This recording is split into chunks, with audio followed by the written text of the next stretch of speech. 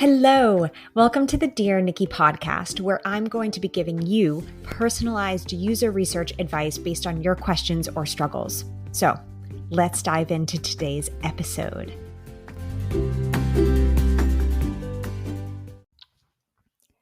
Hello. I hope you're having a wonderful day.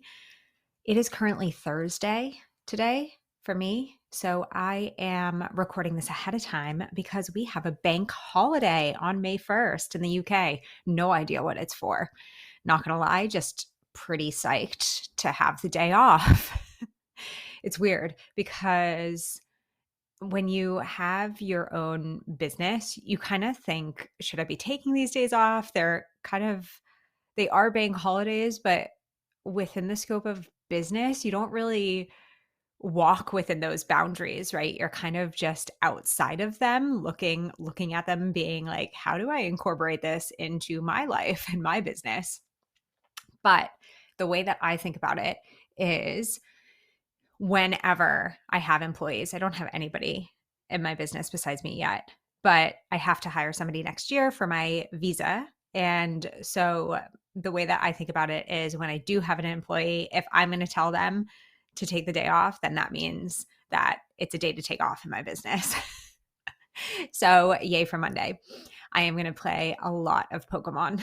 So that is my plan. We're actually going to see, there's this boat from Sweden that has come down. Jersey's boat show is this coming weekend. And this boat from Sweden came down, and I can't pronounce the name. It's like Gothenburg, or I don't know. I'm not even going to try my American accent. And they found my husband's Garden Railway Instagram, and they sent him a message and said, "Oh, we love this Instagram. If you want to come for a private viewing of this massive ship on Thursday, come and join us." So we are bopping down to that massive ship to have a private viewing of it. And I am so excited. It's actually really foggy here today too. So I am 100% in Pirates of the Caribbean mode. I'm going to be on this ship being like, I'm Johnny Depp. So that is where I am today. bit of a weird place, but super excited.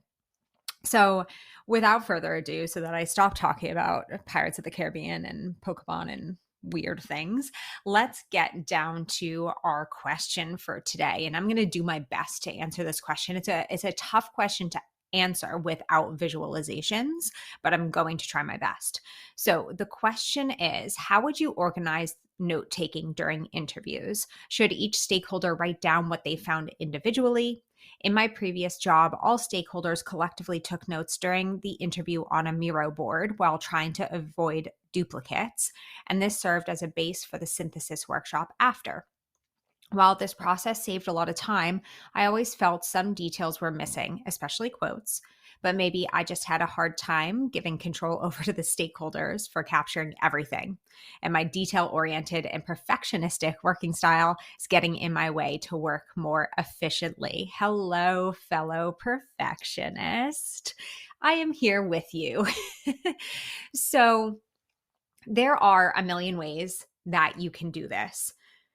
To be honest, you can take notes exactly how you mentioned on a Miro board, with everybody doing so individually and trying to kind of avoid those duplicates. You can do an Excel sheet, which is what I personally use to take notes. And you can do handwritten notes. You can write a transcript. Like, there are a million different ways that you can do note taking. I am going to talk through the way that I tend to do it, both without and with stakeholders present, because you don't always have somebody to take notes for you or somebody present in the interview who can take notes. So I'm going to talk about both sides and how I've mitigated those situations in the past. Now, I am also a perfectionist, so I like having as much data as possible to work with, even if that means that there is more data or more steps that I have to take. It's just the way that I was, I guess, raised as a user researcher. So it's something that's really stuck with me. but I can try and talk through some potential ways of speeding up the process if efficiency is getting in the way. So, I typically let's say we have an interview. What I typically do is I will have myself, the facilitator. I will invite one person who's dedicated to note taking, and then the rest of the people are observers. So they have a very passive role. They can write down any notes that come up to for them. They can write down things that they found important. They can jot things down, but it's on their own, right? It's not on this, let's say, note taking sheet that the note taker is working on. Okay. So that is how I have set it up in the past, is there's one dedicated note taker and everybody else is observing. That means that the note taker position can generally move, and not one person is always the note taker. That there's an exception to that rule. I have had one person in particular who she was stellar. She was the best. I want to give her a shout out, but I won't because I don't think that's nice. But she was the best note taker. And if she's listening, she was an amazing person who worked at Olympic with me, and she took amazing notes, and she spoiled me so much as like this amazing note taker. So what I do is the note taker responsibility can rotate within your stakeholders, so that one person isn't always doing it unless one person is really good at it and is willing to always do it. So in that scope, we have this one person who is note taking. Now, as I said, I have been really spoiled by amazing note takers and amazing people. And what this person had done in the past when she was listening in and note taking for my interviews is that she essentially wrote a transcript of the interview within an Excel sheet. So that means that the entire time she was typing exactly what the person was saying, right? This works best when you're doing more of a one-on-one kind of generative based interview. You can still use it for usability testing, and just instead of obviously typing what the person says, you can type what they do.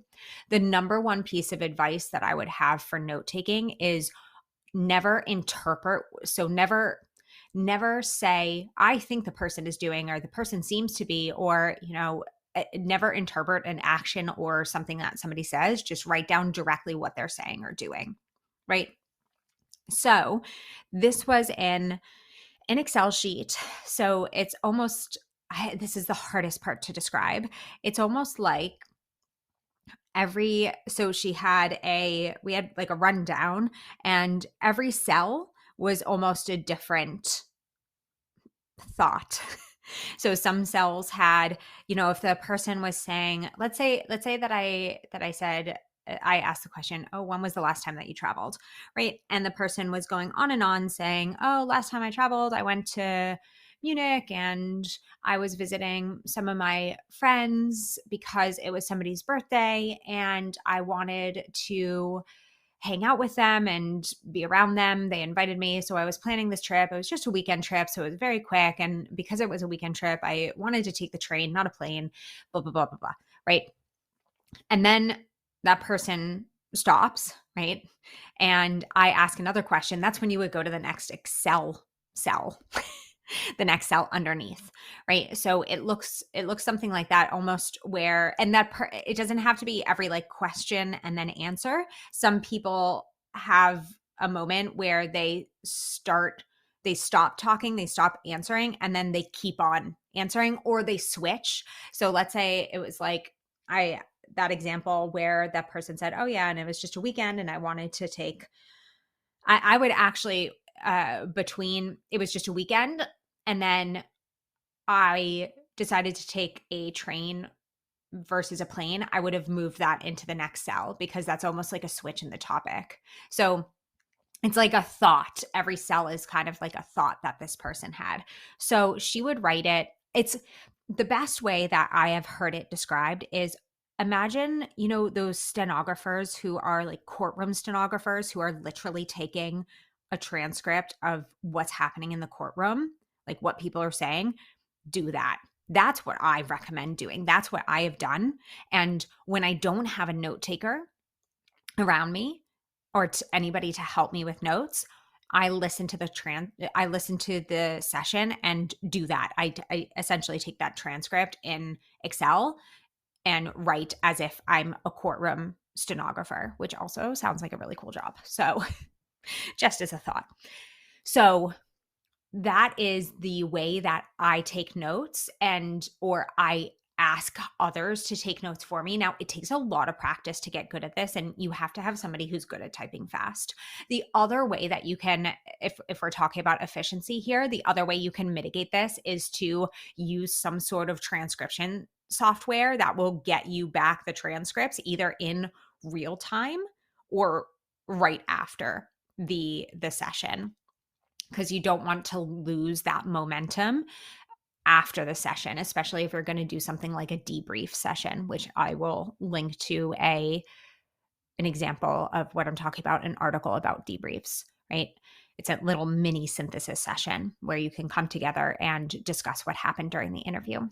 So if you don't want to do that process of listening to the interview again and writing your own transcript, or you don't have somebody who's able to do a transcript, the best thing that you could do then is having something generate a transcript for you that you can all look at after the session, right? So it would almost have to be like in real time. Now, the reason that I recommend doing this is exactly what you brought up in terms of some of your concerns. So you had the concerns of details missing, potential biases are coming up there, and things like quotes are missing, right? So what this does is it mitigates those issues. So what I have found is when I don't utilize this method and this approach, suddenly everybody's opinions are in the notes, or things are missing from the notes, or everybody's written down some sort of interpretation of what they believe happened instead of what actually happened, or there are no quotes that I can easily pull from. So while it feels like, and you know what, I'm not going to lie, it is a lot more work up front, especially if you don't have somebody who can take those kinds of notes for you and you would have to do it yourself after the session. It's kind of worth it. I have always found it incredibly worthwhile to approach it in this way. Again, it's not something that you have to do. And I have seen teams who successfully take notes on Miro boards simultaneously. One thing that I would say though is if you're going to continue to go down that route, so let's say the Excel thing just doesn't work for you, the transcript thing just doesn't work for you for whatever reason. If you're going to go down the Miro route, I would actually still dedicate just one person whose sole purpose is to be a note taker, right? Because then they kind of understand. And if you're concerned about that, you can have like a backup person. So like maybe two people, but like ideally there's only one person whose job that is, so that they can like solely focus on that being their job and not like tune out when something doesn't seem interesting to them, right? It gives them a purpose in the meeting, so that they're listening to everything rather than picking and choosing the things that they want to listen to.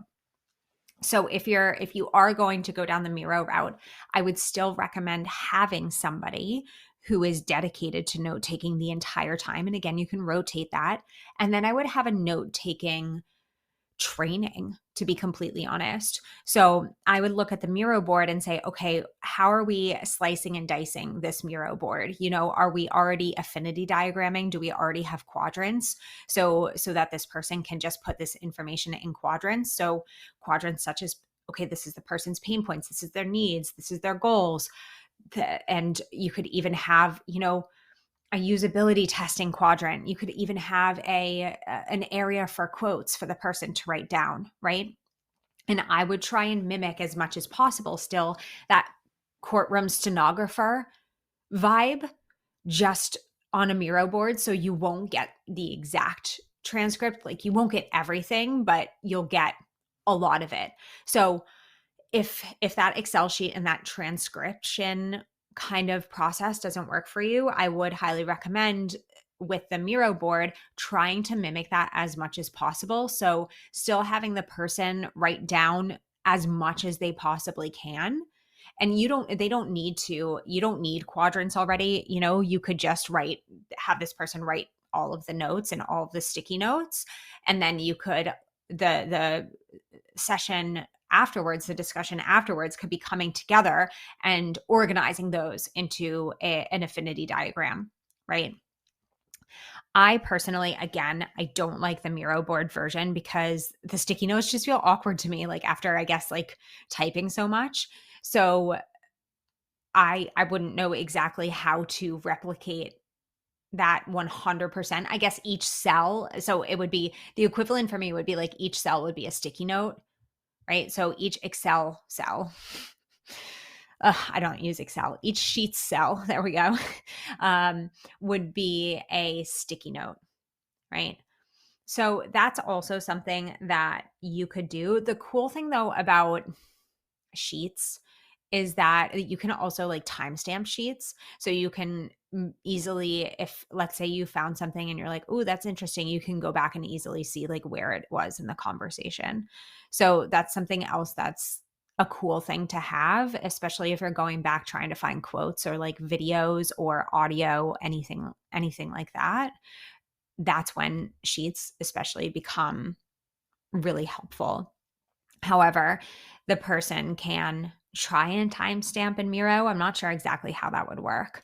But overall, what I would recommend doing is, and you can test these, so you can kind of test which ones work best for you. That's what I would highly recommend, is testing, okay, if we're going to go down the transcription route, does anybody have the ability to like type like that, right?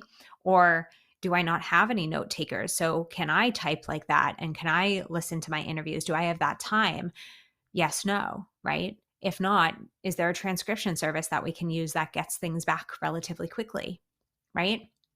Yes, no. All right, maybe then a Miro board is for you, right? And you have that dedicated note taker, and you can go ahead and have them, as much as they can, replicate that courtroom stenographer feeling within the scope of a Miro board, right?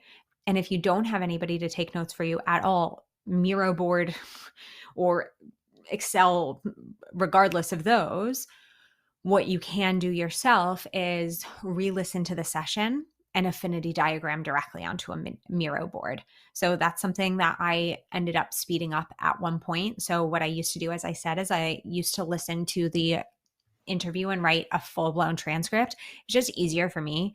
But, well, it wasn't easier, but it was better for me because I could remember what actually happened. And that was very meaningful for me. So what I had to do at one point when I was inundated with requests and such is I had to go and listen to the interview and go straight to an affinity diagram. And I will link again to the debrief article, which gives an actual example and template for a affinity diagram that you could use in that kind of situation. Anyways, I hope that this was helpful when it comes to note taking. Again, there's 50,000 different ways to do it. And the best way to do it is the one that works with you, your organization, and your stakeholders, and the thing that you can keep consistent with that feels the most valid and reliable. But I always recommend trying different things, mixing it up, seeing if there's any like natural talent in terms of typing at your organization, and really just seeing what works best by trying all these different methods, because you will land on something that's more comfortable for everybody, that gets you the data that you need without the concerns that you have. All right. Well, thank you so much. I'm off to see my Johnny Depp ship now, and yeah, I'm so excited, as you can tell. And I can't wait to talk to you so soon. Thank you so much.